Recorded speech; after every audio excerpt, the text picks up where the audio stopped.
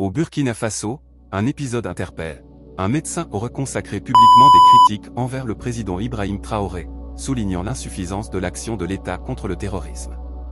En réponse, selon plusieurs sources, ce médecin aurait été arrêté, soumis à un entraînement militaire, puis envoyé au front. Le président aurait lancé cette phrase, « Si le médecin pense qu'il sait mieux, qu'il contribue directement », illustrant la confrontation entre paroles critiques et devoirs de terrain. Cet épisode soulève des questions importantes, de la liberté d'expression, de la responsabilité du pouvoir face à la menace terroriste, et de la logique d'enrôlement forcé des citoyens critiques. Concernant l'affaire du médecin, plusieurs plateformes font état d'un médecin burkinabé ayant critiqué la gestion de la lutte antiterroriste par Traoré.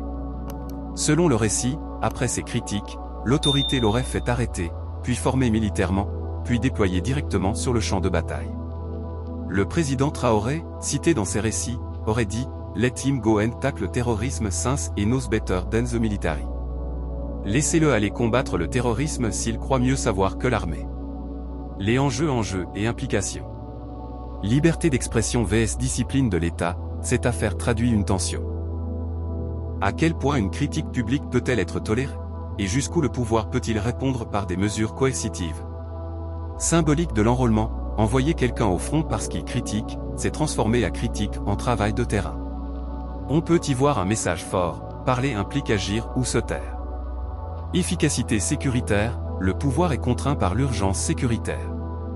En ce sens, la réponse drastique aux médecins est aussi un acte de gouvernance, montrer qu'on ne tolère pas l'écart entre discours et action. Mais cela pose la question, est-ce que cela améliore réellement la lutte antiterroriste ou fragilise les droits civils? Risque de dérive autoritaire, l'utilisation de la réquisition des voix dissidentes, médecins, magistrats, journalistes, comme levier politique indique une tendance à mêler autorité et silence des critiques.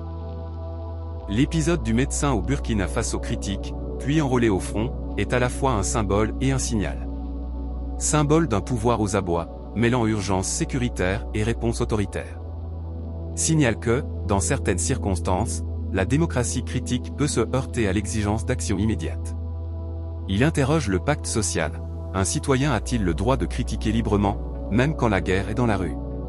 Et l'État, peut-il répondre en transformant la critique en obligation de terrain? Au fond, cette affaire souligne que la guerre contre le terrorisme ne se gagne pas uniquement par des armes, mais aussi par la confiance, le dialogue et le respect des libertés. Si le pouvoir vise la légitimité, peut-être devrait-il répondre autrement que par l'enrôlement forcé des voix discordantes.